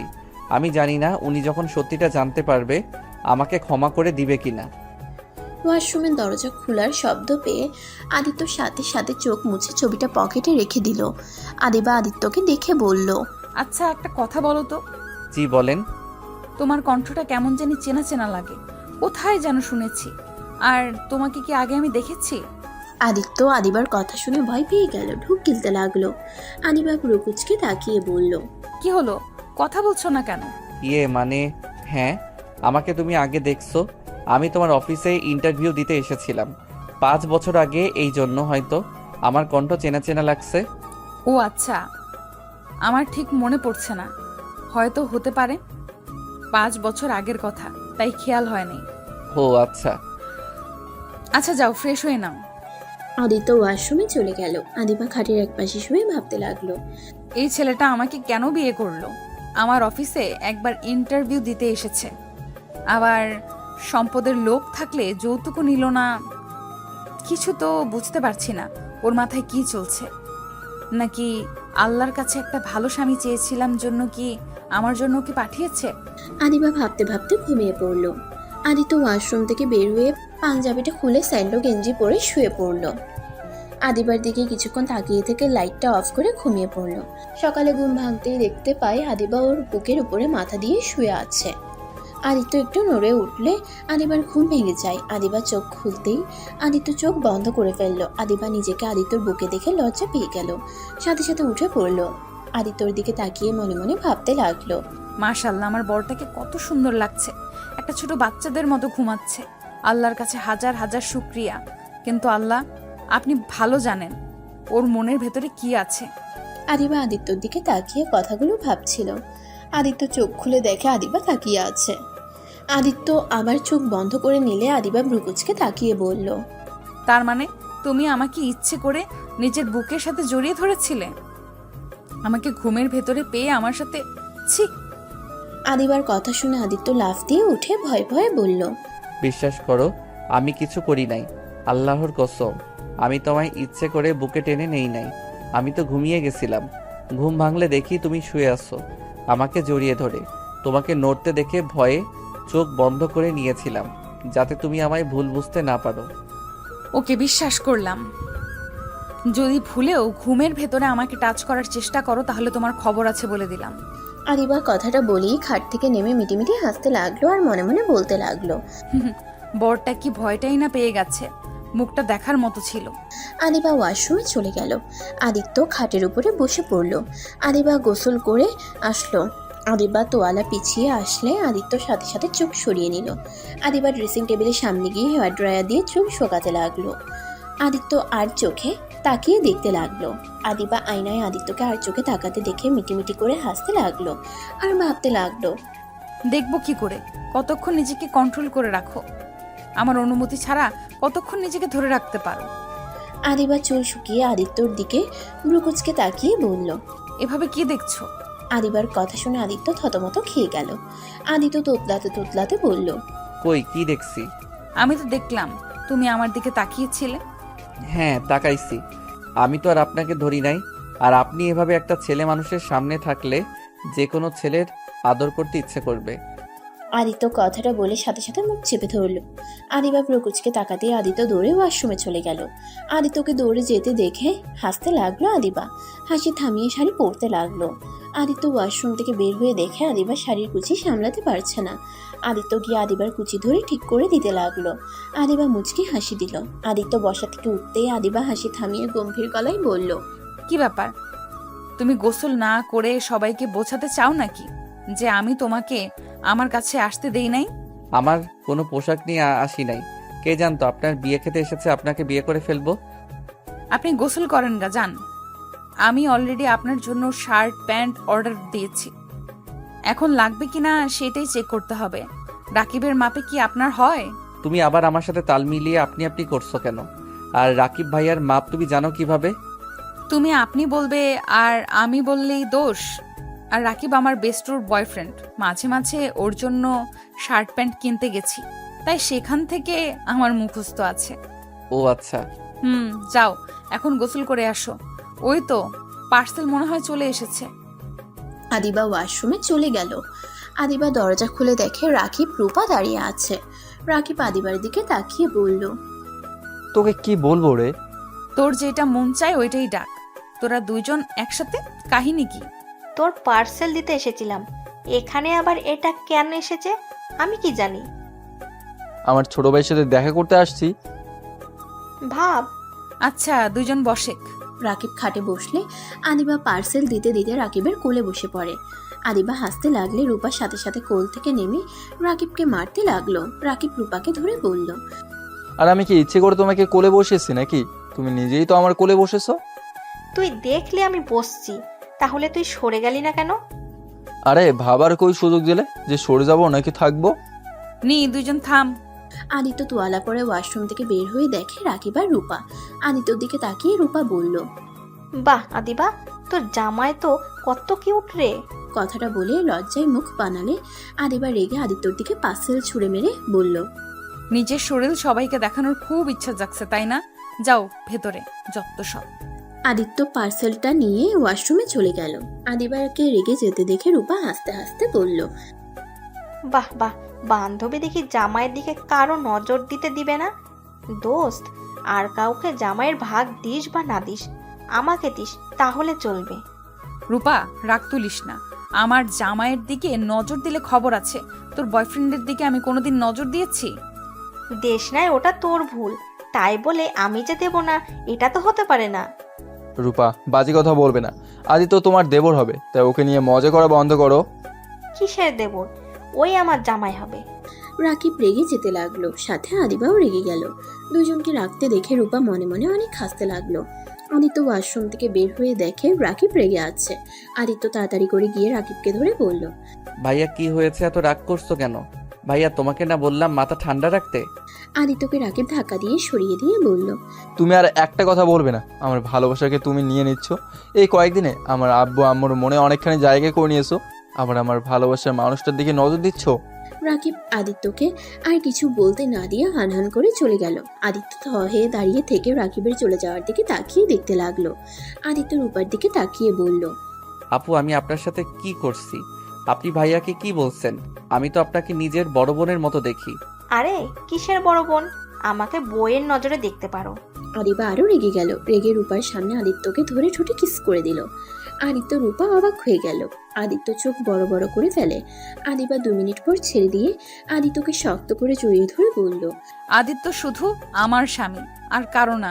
আমার স্বামীর দিকে যে নজর দিবে আমি তার চোখ তুলে ফেলবো। আদিত্য আদিবার কথা শুনে ইমোশনাল হয়ে গেল। আদিত্য আদিবার দিকে তাকিয়ে ভাবতে লাগলো, আমাকে নিয়ে তুমি এমন পাগলামি করছো? যখন জানতে পারবে আমি কোনো ভালো ছেলে না, আমি তোমার জীবনটা বরবাদ করে দেওয়ার সেই মানুষটা, আমায় তুমি তখন ঘৃণা করবে। আমাকে এতটা ভালোবাসা তখন আর হয়তো দিবে না। রূপা আদিবার পাগলামি দেখে হাসতে লাগলো। আদিবা রূপাকে দেখে হাসতে হাসতে বলল, তোর কি মনে হয় আমি তোর জামাইয়ের দিকে নজর দেব? আরে আমি তো রাকিব আর তোকে একটু জেলাসি করাচ্ছিলাম। শোন, তুই ভালো করে জানোস আমার মন প্রাণ জুড়ে শুধুমাত্র রাকিব, আর কেউ নাই। আর জায়গা আমি কাউকে দিতেও পারবো না। আর আদিত্য তো আমার ছোট ভাইয়ের মতো, আর তার উপরে আবার তোর স্বামী, সেখানে আমি ওর দিকে নজর কিভাবে দিই বলতো? রূপার কথা শুনে আদিত্য অনেকটাই খুশি হলো। আর আদিবা লজ্জায় পড়ে গেল। আদিবা রূপাকে বলল, সরি। থাক, সরি বলতে হবে না। আর আদিত্য, তোমার ভাইকে বলো না আমি যে ওকে এখনো ভালোবাসি, তাহলে আবার আমার উপরে অধিকার খাটাতে আসবে। আপু ভাইয়া আপনাকে অনেক ভালোবাসে। ভাইয়া এখন আর আগের মতো কথায় কথায় রেগে যায় না। আপু ভাইয়াকে আর কষ্ট দিয়েন না, ভাইয়াকে ক্ষমা করে দেন। সময় হলেই দেব। ওকে আরও নিজেকে পাল্টাতে হবে। হ্যাঁ, ও আগের থেকে এখন সত্যি অনেক পাল্টে গেছে। কারণ এখন যদি আগের রাকিব হতো, রেগে আমার গলা চেপে ধরতো তোমাকে নিয়ে এসব কথা বলার জন্য। কিন্তু ও নিজেকে অনেকটাই কন্ট্রোল করে চলে গেছে। কিন্তু আরও পরিবর্তন হতে হবে। আপু বেশি পরিবর্তন করতে গিয়ে আবার যেন হারিয়ে ফেলেন না। ওসব বাদ দাও, চলো নিচে যাই। সবাই আনন্দ করছে, তোমরা এত দেরি করে ঘুম থেকে উঠলে কত কিছু মিস করেছো। তুই যা, আমরা আসছি। রূপা চলে গেল।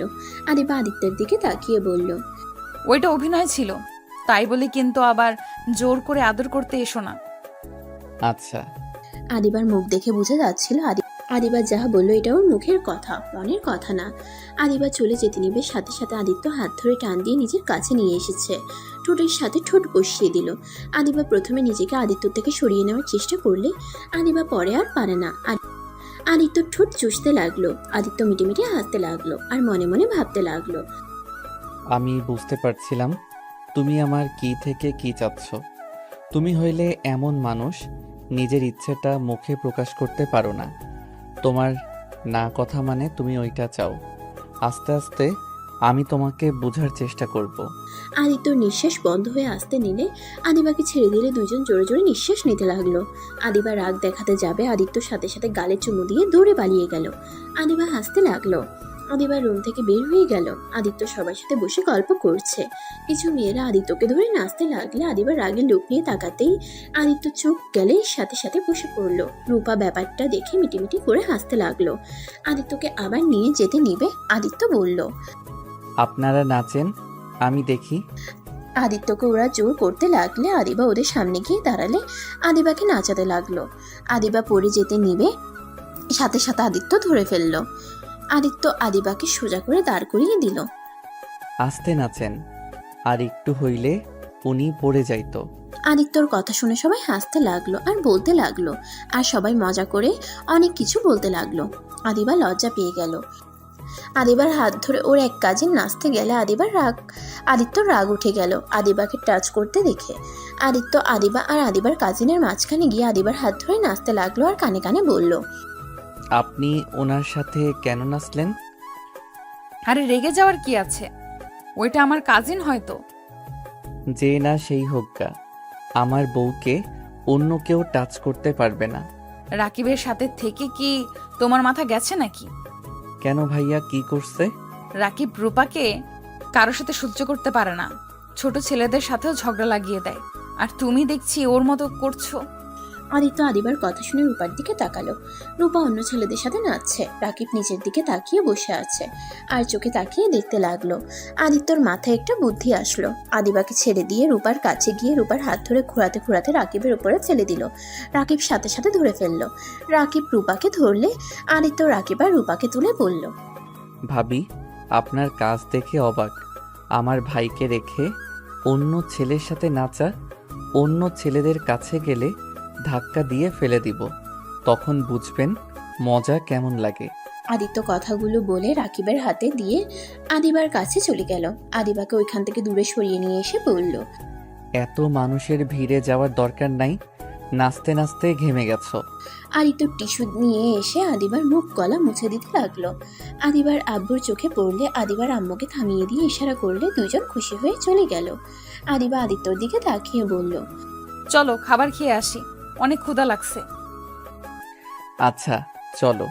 আদিত্য আদিবা দুজন খাবার খেতে চলে গেল। আদিত্য আদিবাকে খাওয়াই দিতে লাগলো। এটা দেখে সবাই বলতে লাগলো, বাহ বাহ, কি ভালোবাসা।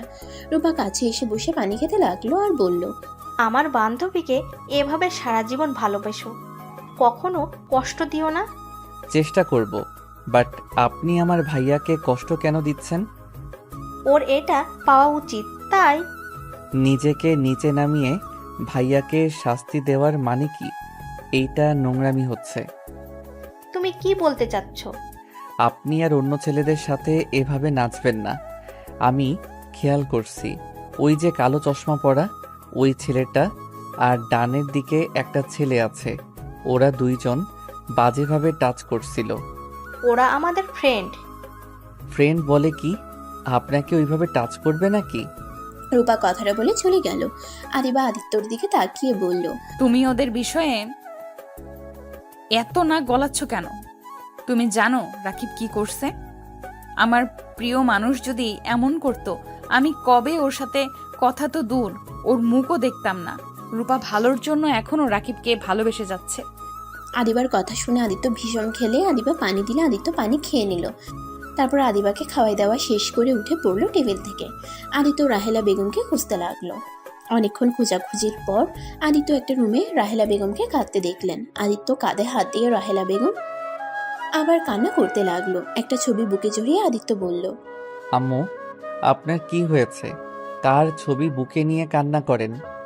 আদি তো দেখো, আমার ছেলের ছবি। আমার ছেলে নিশ্চয়ই এখানে এসেছিল।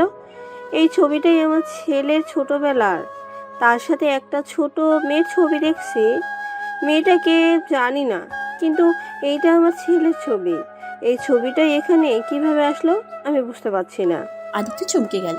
আদিত্য রাহেলা বেগমের হাত থেকে ছবিটা দেখে পকেটে হাত দিয়ে দেখে পকেটে ছবিটা নাই। আদিত্য ঢোক গিলতে লাগলো। রাহেলা বেগম কান্নায় ভেঙে পড়তে লাগলো। রাহেলা বেগমের কান্না দেখে আদিত্যর চোখে পানি আসতে লাগলো। রাহেলা বেগমকে সান্ত্বনা দিতে দিতে বলল, আম্মু, কান্না করবেন না। আপনার ছেলে যেখানে আছে ভালোই আছে নিশ্চয়ই। আমার সন্তান আমার এত কাছে ছিল, আর আমি তাকে পেয়েও হারিয়ে ফেললাম। আমি আমার সন্তানের কাছে যেতে চাই। আমার রাফি, আমার কলিজার টুকরাটাকে পাওয়ার একটা সুযোগ, সেটাও হারিয়ে গেল। আমি আমার সন্তানকে চাই। আমি আর পাচ্ছি না। রাহেলা বেগমের কান্না আর পাগলামি দেখে আদিত্য শক্ত করে জড়িয়ে ধরলে আদিত্যকে জড়িয়ে ধরে কান্না করতে লাগলো। আদিত্যর চোখ বেয়ে পানি ছড়তে লাগলো। আদিত্য গলাটা জড়িয়ে আসতে লাগলো। আদিত্য নিজেকে সামলিয়ে নিয়ে বলল, আম্মু, যদি আপনার ছেলে আপনার সামনে থাকতো তাহলে আপনি কি করতেন? আমার সন্তানকে আমি পেলে শক্ত করে জড়িয়ে ধরে খুব কাঁদতাম। আমার ছেলেকে আমি আর হারিয়ে যেতে দিতাম না। আমি এক নজর তাকে চোখের আড়াল হতে দিতাম না। আদিত্য, আমি কি আমার ছেলেকে কোনোদিনই পাবো না? আমার মৃত্যুর আগে আমি আমার ছেলেকে একবার দেখতে চাই। আগে তো কোনো খোঁজ পাইনি। এখন যখন একটা আশার আলো দেখলাম, তখন অবশ্যই আমার ছেলেকে খুঁজে পাবো, তাই না? আচ্ছা আম্মু, আপনার ছেলে তো অনেক বড় হয়ে গেছে। এখন কিভাবে বুঝবেন আপনার ছেলে এইটাই? যে কেউ এসে তো বলতে পারে আমি সেই আপনার ছেলে। এমন আর একজন এসেছে। আমার ছেলের শরীরে চিহ্ন আছে, মাথার ভিতরে একটা গুটি আছে। আদিত্য দরজাটা লাগিয়ে দিল। রাহেলা বেগম অবাক হয়ে গেল। আদিত্যকে বলল, আদিত্য কি করছো আদিত্য? কোনো কথা না বলে শার্ট খুলে ফেললো। পিছনের দিকে ঘুরে দাঁড়ালে রাহেলা বেগম অবাক হয়ে যায়। আদিত্য বলল, আম্মু, চেনার কোনো কিছু দেখতে পারছেন? ওয়েট, মাথার ভিতরে কিছু দেখাই। আদিত্য চুলগুলো বিলি কেটে ও রাহেলা বেগমের পাশে বসে দেখালে রাহেলা বেগম আদিত্যকে শক্ত করে বুকের সাথে জড়িয়ে ধরে কান্না করতে করতে বলল, আমার কলিজার টুকরা। আর তুই রাফি, আগে কেন বলস নাই? এতদিন কোথায় ছিলি? আদিত্যর সারা মুখে চুমু দিতে লাগলো। আদিত্য ওর আম্মুকে জড়িয়ে ধরে কান্না করতে লাগলো আর বলতে লাগলো, কি বলতাম? আমি যদি আপনাদের বলতাম আমি আপনাদের সন্তান, তাহলে আপনারা কেউ বিশ্বাস করতেন না। আমার পালিত মা বাবা যখন মারা যায় তখন ওনারা আমার গলার হারে আপনাদের ছবি দেখিয়েছিল, কিন্তু আমি ওই হারটা বিক্রি করে দিয়েছিলাম। আমার পালিত বাবা মা মারা যাওয়ার আগে আমাকে সব কিছু ভুলে গেছে। কিভাবে আমাকে তারা চুরি করেছিল, আমাকে তারা বিক্রি করে দিতে গেছিল, কিন্তু তার স্ত্রী মানে আমার পালিত মা আমাকে বিক্রি করতে দেয় নাই। তার নাকি আমার প্রতি অনেক মায়া হয়েছিল। তাদের কোনো সন্তান ছিল না। আমার 10 বছর সময় আতিয়া জন্মগ্রহণ করে। আমি তখনও জানতাম না আমি তাদের সন্তান না। আমার 17 বছর সময় আমার পালিত বাবা মা আমাকে সব বলে দিয়েছিল আমি তাদের সন্তান না। আমার ছোটবেলার সব কিছু আমার কাছে দিয়েছিল। তারা দুইজন এনকাউন্টার হয়ে মারা যায়। তারপর থেকে আমি আমার ছোট বোন আতিয়াকে নিয়ে একা থাকতাম। ওর খাবার জন্য আমি চেনটা বিক্রি করে দিয়েছিলাম। এমনকি আমি একটা অন্যায় কাজও করেছি। তার পাপের শাস্তি হিসেবে আমার বোনকে পেতে হয়েছে। আদিত্য কথাগুলো বলে কান্না করতে লাগলো। কান্নায় ভেঙে পড়লে রাহেলা বেগম জড়িয়ে ধরে কান্না করতে করতে বলল, কান্না করিস না বাবা, এখানে তোর কোনো দোষ নাই। ওর চাচাতো ভাই তো জঘন্য কাজটাই করে মেরে ফেলছে। এখানে তোর কি দোষ? আদিত্য ওর আম্মুকে শক্ত করে জড়িয়ে ধরে কান্না করতে করতে বলল, আম্মু, আমিও একটা ভুল করছি। আম্মু, আমি যদি বলি আদিবার ধর্ষণকারী আর কেউ না, আমি নিজেই। আদিত্যর কথা শুনে রাহেলা বেগম আদিত্যকে ছেড়ে দিল। রাহেলা বেগম কান্না থামিয়ে বলল, মানে কি বলছি?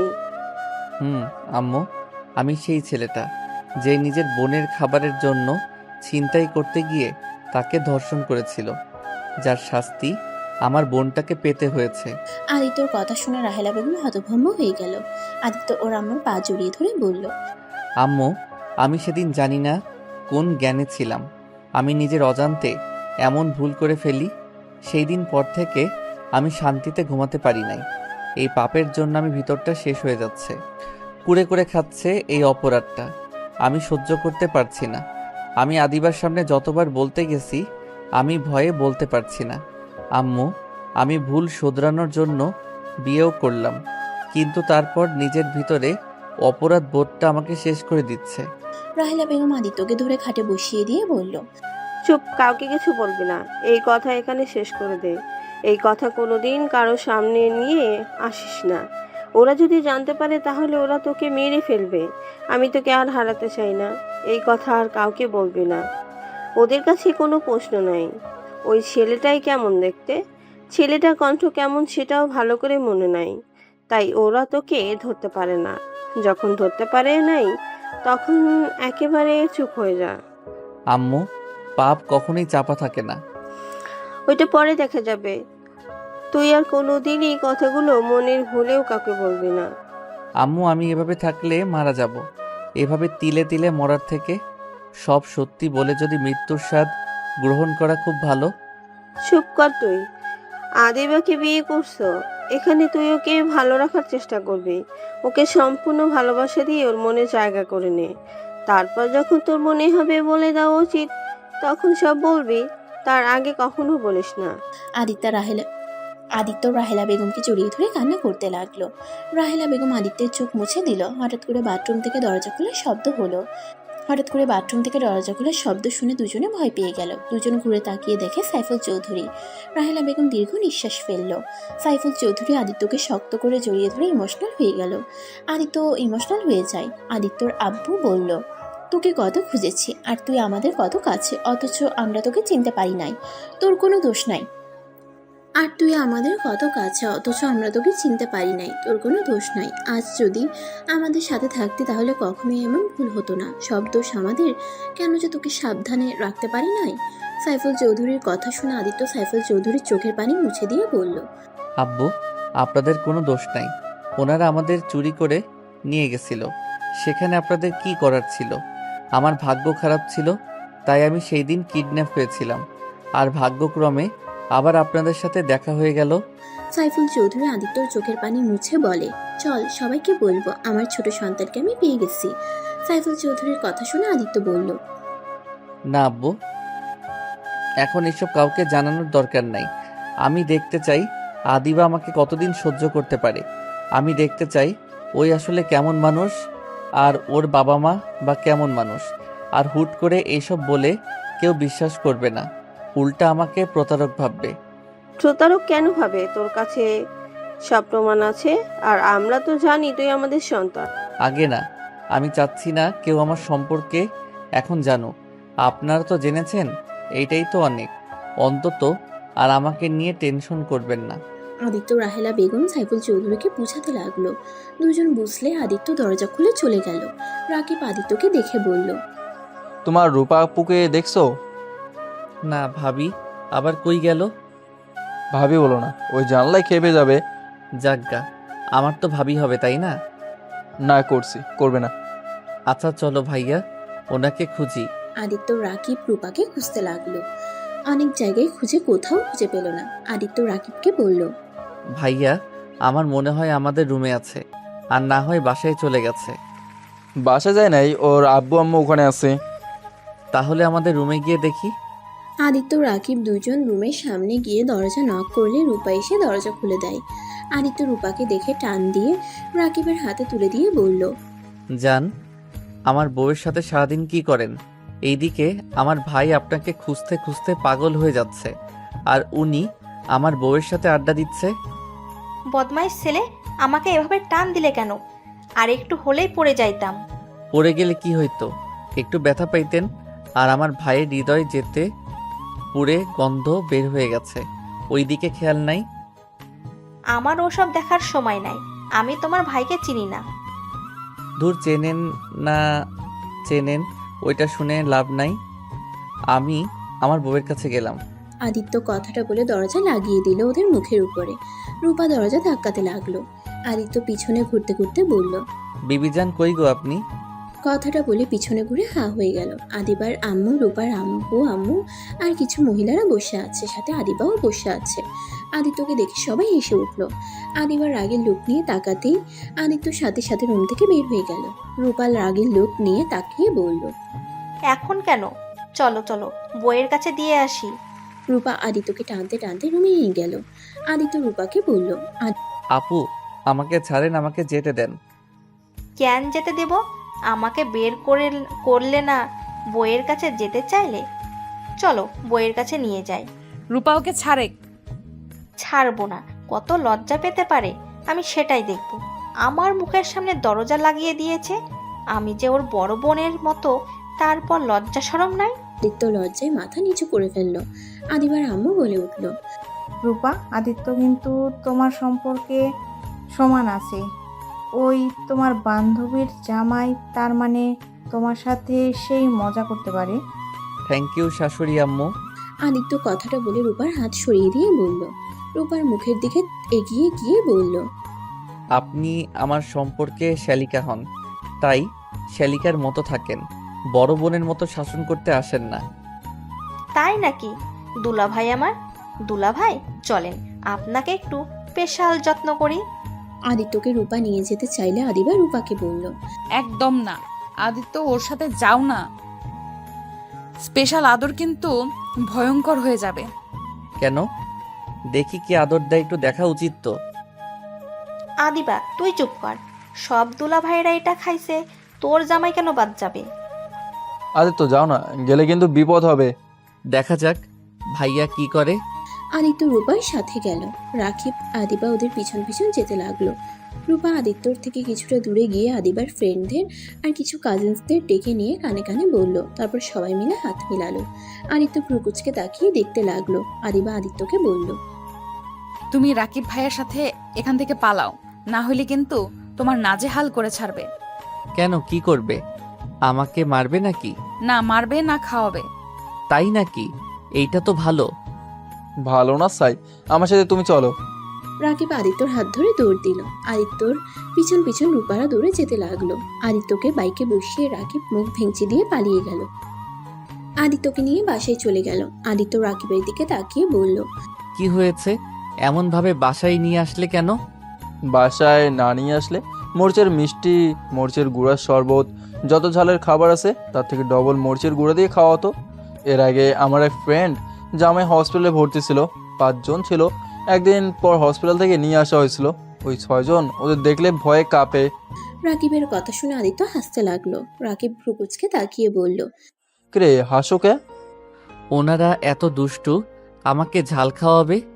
আমি ঝাল অনেক খেতে পারি, আমার ওইসব কিছু হতো না। মরিচ ডলে ভাত খাওয়ার অভ্যাস আছে আমার। কত ঝাল খাইতে পারো, তার থেকে ডবল খাওয়াবে। ওই সব রাখো, যাও রুমে যাও, আমাকে কল দিয়ে বলে দেবো আমরা বাসায় চলে এসেছি। রাকিব কথাটা বলে চলে যেতে নিবে, তখনই আদিত্য রাকিবকে বলল, ভাইয়া, তোমার বাইকের চাবিটা দিবে? তুমি কি গাড়ি চালাতে পারো? ফ্রেন্ডদের বাইক চালিয়ে শিখেছিলাম। আচ্ছা এই নাও। রাকিব আদিত্যকে চাবিটা ঢিল দিয়ে দিলে আদিত্য ক্যাচ করে ধরে চলে গেল। বাইক নিয়ে সোজা গ্রামে চলে গেল। গ্রামে গিয়ে ওর বোনের কবরের সামনে গিয়ে বসে কান্না করতে করতে বলল, বুনু, তোমাকে অনেক মনে পড়ছে, আমার খুব কষ্ট হচ্ছে। বুনু গো, বুনু, ওই বুনু উঠো না, তোমার মুখ থেকে ভাইয়া ডাক শুনতে ইচ্ছে করছে। ওই বুনু উঠো না। আদিত্য কথাগুলো বলে কান্না করতে লাগলো। আদিত্য কবরটা জড়িয়ে ধরে কান্নায় ভেঙে পড়ল। কবরের পাশ দিয়ে মানুষগুলো যাচ্ছিল আর সবাই অবাক হয়ে যাচ্ছিল। আদিত্য অনেকক্ষণ ধরে কান্না করে কবর জড়িয়ে কখন যেন অজ্ঞান হয়ে যায়। আদিত্য জ্ঞান ফিরলে দেখতে পারে চারিদিকে অন্ধকার হয়ে গেছে। আদিত্য কবর থেকে উঠে পড়ল। কবর থেকে বের হয়ে সোনার দোকানে চলে গেল। গিয়ে আদিত্য দোকানদারের সাথে কথা বলে ঢাকার উদ্দেশ্যে বের হয়ে গেল। ঢাকায় যেতে যেতে রাত 12টা বেজে গেল। বাসার ভিতরে ঢুকে বাইক গ্যারেজে রেখে বাসার সদর দরজা নক করলো। কলিং বেল বাজাতেই দরজা খুলে গেল। আদিত্য সদর দরজাটা লাগিয়ে দিয়ে নিজের রুমে চলে গেল। রুমে গিয়ে লাইটটা জ্বালাতে দেখে আদিবা বিছানায় শুয়ে আছে। আদিত্য আলমারি থেকে শার্ট প্যান্ট বের করে লাইট অফ করে ওয়াশরুমে চলে গেল। গোসল করে বের হয়ে আদিবার পাশে শুয়ে পড়ল। সকালে ঘুম ভাঙলেই দেখে আদিবার রাগের লোক নিয়ে তাকিয়ে আছে। আদিত্য উঠে আতশোয়া হয়ে বসে বলল, কি হয়েছে?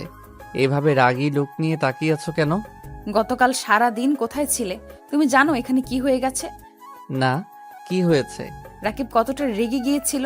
রাকিবের ধারণা তোমাকে ওই বাইক দিয়েছে, তুমি বাইক নিয়ে পালিয়ে গেছো, আর নাকি ফিরবে না। তোমাকে বিশ্বাস করা ওর ভুল হয়েছে। কি?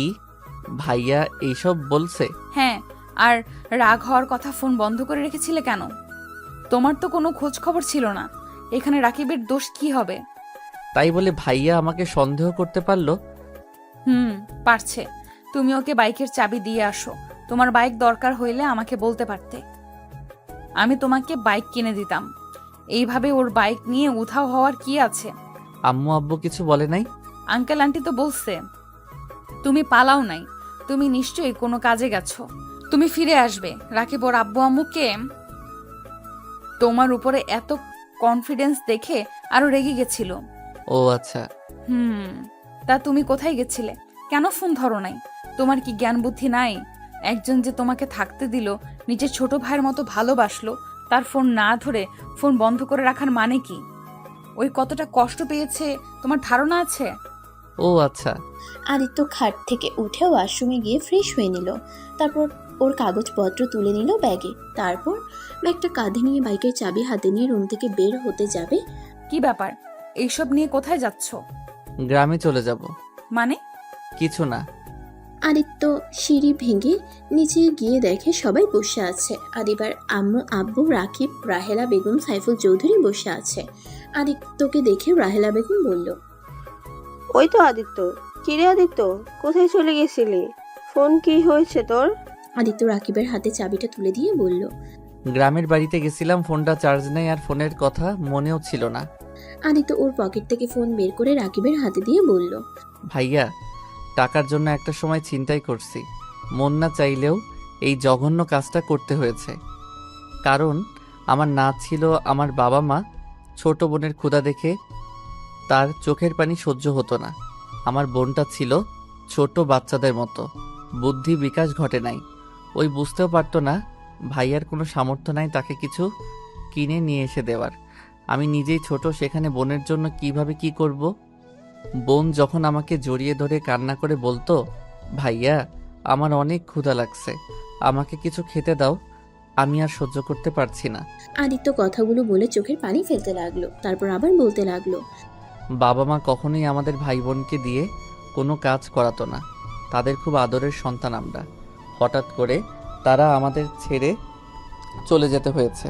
তাদের পাপের শাস্তি তারা পেয়ে গেছিল। অথচ আমরা দুই ভাই বোন হয়ে যাই এতিম। কেউ কখনোই আমাদের দিকে ঘুরেও তাকায় নাই, কারণ আমরা ছিলাম বাচ্চা পাচারকারীর সন্তান। আমাদের দিকে সমাজের কেউ কখনোই ভালো চোখে দেখবে না। আমার বাবা মা আমার কথাটাতে তাদের কাজ বাদ দিয়ে দিলেও পুলিশ সেই তাদের এনকাউন্টার করে মেরে ফেলে। বুঝতে পারছিলাম ছোট বোনকে নিয়ে কি করব। বোনের কান্না চিৎকার শুনে সবার বাড়িতে ভাত ভিক্ষা চাইতে গেছিলাম। কেউ আমাদের দিকে ঘুরেও তাকায় নাই। সবাই দরজা বন্ধ করে দিয়েছে, কেউ ঘাট ধাক্কা দিয়ে বের করে দিয়েছে। আদিত্য চোখের পানি ফেলতে ফেলতে বলল, চাচির পায়ে ধরেছিলাম, তার বাড়ির সব কাজ করে দিয়েছিলাম। তারপর শুনি এক মুঠো ভাত দিয়েছিল। এক মুঠো ভাত নিয়ে ঘরে ঢুকে দেখি বোনটা কান্না করতে করতে ঘুমিয়ে গেছে। প্লেট খাবার রেখে কাজের সন্ধানে বের হয়েছি, কেউ কাজ দেয় নাই। পরে উপায় না পেয়ে মূল্যবান জিনিস বিক্রি করে দেয়। সেইটা দিয়ে বেশ কিছুদিন চললেও আর সংসার চলছিল না। পরে বন্ধুদের সাথে উপায় না পেয়ে ছিনতাইকারী হয়ে গেলাম। ছিনতাইকারী করে নিজের পড়াশোনা আর বোনের খাবার জোগাড় করতাম। ভাইয়া, এখন আর আমার কেউ নাই যে তোমার বাইক নিয়ে আমার পালিয়ে যেতে হবে। আমি ভাবতে পারি নাই তোমার মনে এমন একটা প্রশ্ন আসবে। ভাইয়া, আমাকে তুমি অনেক ভালোবাসা দিয়েছ, আমাকে তোমার বাড়িতে থাকতে দিয়েছ, এতে তোমার কাছে কৃতজ্ঞতা স্বীকার করছি। আদিত্যর কথা শেষ হইলে রাহেলা বেগম আদিত্যকে পিছন থেকে জড়িয়ে ধরে কান্না করতে লাগলো।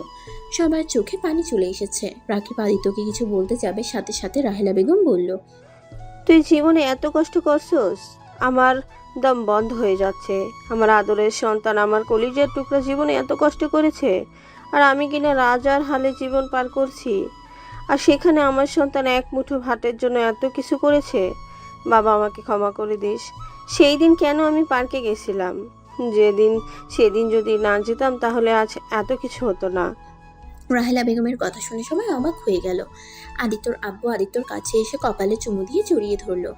আদিত্য ওদের থেকে নিজেকে সরিয়ে নিয়ে বলল, আম্মু আব্বু প্লিজ কান্না করবে না।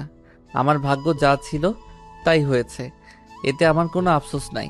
তারা লোকটা খারাপ হইলেও আমাকে তারা নিজের সন্তানের মতো ভালোবেসেছে। যতদিন বেঁচে ছিল আমাকে ততদিন অনেক ভালোবাসা দিয়েছে। রাগে তাদের উপরে রাগ হতো, কিন্তু এখন বুঝি তারা পেটের দায়ে এমন করছে। কারণ এই সমাজের মানুষগুলো কাউকে ভালো হতে দেয় না, কেউ ভালো হতে চাইলেও তাকে খারাপ বানিয়ে ছাড়ে। যাই হোক আদিবা, আমার তোমাকে কিছু কথা বলার আছে। কি কথা? আমি জানি না তুমি আমাকে কি করবে। তুমি আমায় যে শাস্তি দাও আমি মাথা পেতে নিব, তাও এইটা আমি আর সহ্য করতে পারছি না। তোমাকে সত্যিটা না বলে আমি মরেও শান্তি পাবো না। রাফি, এসব কি বলছিস? রাফি, তোকে না বললাম। রাফি মানে? হ্যাঁ রাফি, আদিত্য তোর হারিয়ে যাও ভাই। সবাই অবাক হয়ে আদিত্যর দিকে তাকালো। রাকিব আদিত্যকে শক্ত করে জড়িয়ে ধরে বলল, ভাই আমার, আমাকে তুই ক্ষমা করে দিস। আমি রাগের রমাথায় তোকে অনেক বাজে কথা বলছি। আসলে মাথা ঠিক ছিল না। রূপা আমাকে কল দিয়ে অনেক অপমান করে, যার কারণে আমার মাথা বিগড়েছিল। ভাইয়া আমাকে ছাড়ো, আমার তোমার উপরে রাগ নাই, শুধু খারাপ লাগছে অতটুকু। যাই হোক আদিবা, যেটা বলতে চাইছিলাম। বলো। আদিবা, আমি যদি বলি আমি তোমার ধর্ষক, তাহলে তুমি আমায় কি করবে?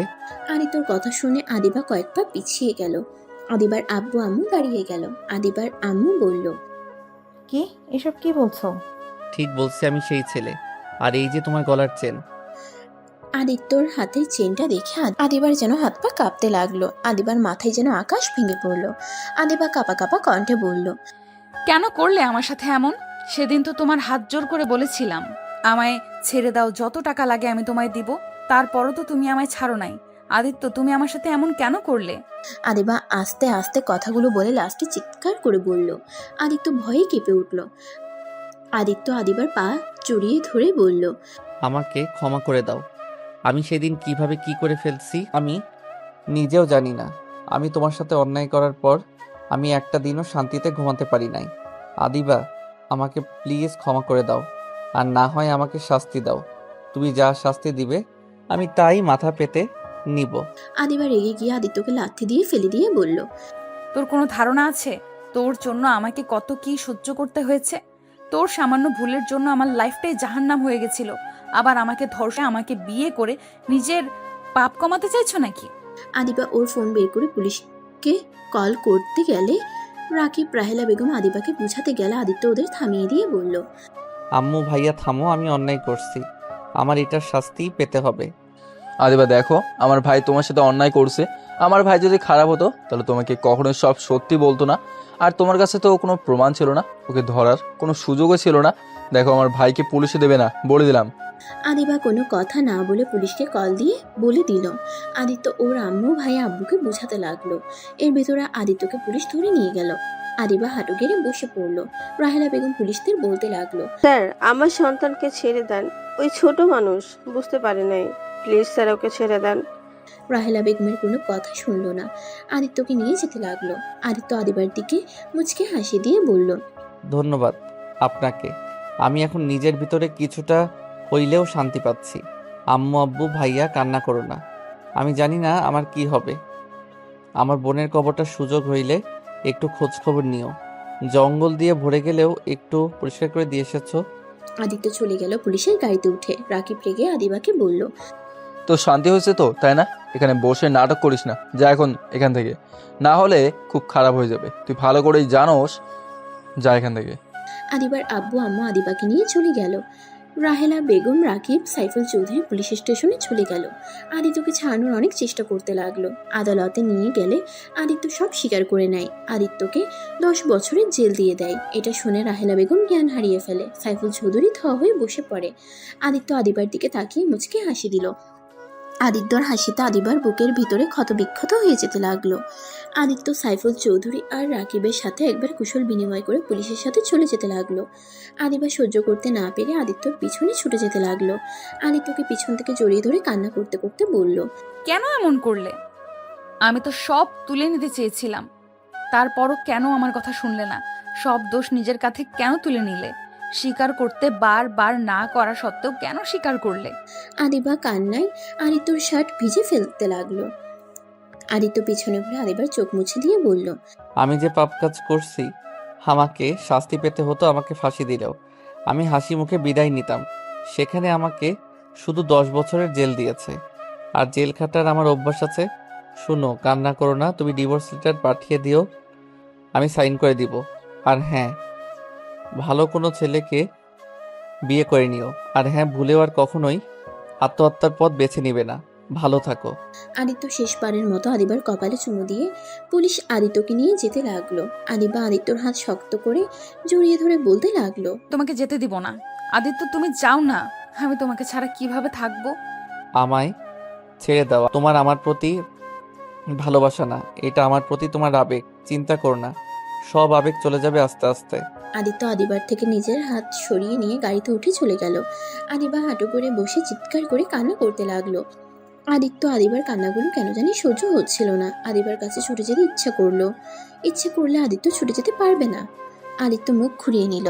10 বছর পর আদিত্য জেলখানা থেকে বের হইলে দেখতে পেল সাইফুল চৌধুরী, রাকিব, রূপার সাথে ছোট্ট একটা বাচ্চা দাঁড়িয়ে আছে। আদিত্য বুঝতে বাকি রইল না এটা কে। আদিত্য গিয়ে সোজা বাচ্চাটাকে কোলে নিয়ে সারা মুখে চুমু দিয়ে বলল, চাচ্চু কেমন আছো? আদিত্যর কথা শুনে পিচ্চিটা বলতে লাগলো, আমি তো ভালো আছি, চাচ্চু তুমি কেমন আছো?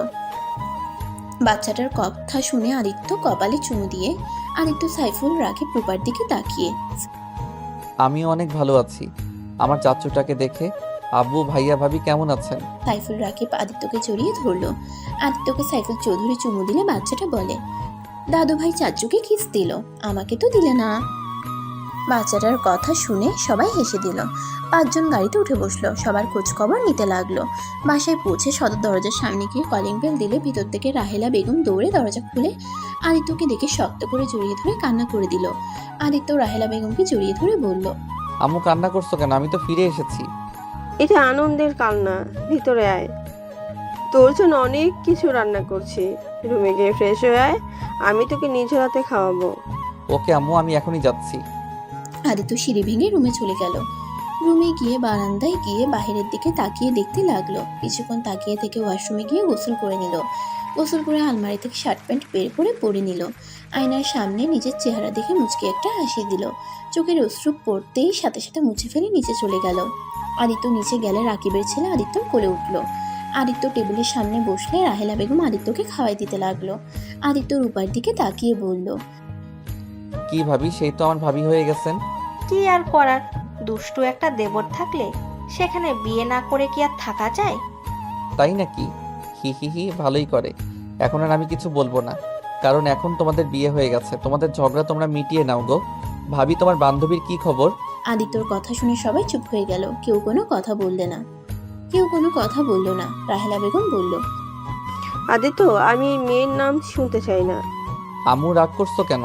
রাগ করবো না তো কি করব? ওই মেয়ের জন্য তোকে 10 বছর জেল খাটতে হলো, আর এত ভালোবাসি বলে পাগলামি করলো। কই, ওই দিন তো তোকে দেখতে গেল না, তোর সামনে সব নাটক করছে। আম্মু, তুমি ওকে ভুল বুঝছো। ওই আমার সাথে প্রতি সপ্তাহে দেখা করতে গেছে। আমি তোমাদের কাউকে কিছু বলি নাই, কারণ তোমরা ওর কথা শুনতে রাজি ছিলে না। আমি ওকে অনেকবার বুঝাইছি আমার জন্য অপেক্ষা না করতে, ওই শুনে নাই। 1 মাস আগে আমি ওর সাথে অনেক ঝগড়া করছি, ওকে আঘাত দিয়ে কথা বলেছিলাম, যার কারণে আর আমার সাথে দেখা করতে আসে নাই, কিন্তু আমার জন্য খাবার পাঠিয়েছে। আমি এত কিছু শুনতে চাই না, আমি শুধু ওর মুখ দেখতে চাই না। আদিত্য ওর আম্মুকে বুঝাতে লাগলো। অনেক বুঝানোর পর রাহেলা বেগম বলল, তোর যেটা ভালো মনে হয় তাই কর। আচ্ছা আম্মু, আমি আর খাবো না। আমি গ্রামে যাব, বুনুর কবরে জিয়ারত করব। আমিও যাব, তোকে একা কোথাও ছাড়বো না। আচ্ছা। আদিত্য রাকিবের সাথে বের হয়ে গেল। গ্রামের বাড়িতে গিয়ে আদিত্য ওর বোনের কবর দেখে অবাক হয়ে গেল। আদিত্য ওর ভাইকে জড়িয়ে ধরে বলল, ধন্যবাদ ভাইয়া আমার বোনের কবরের এত যত্ন নেওয়ার জন্য।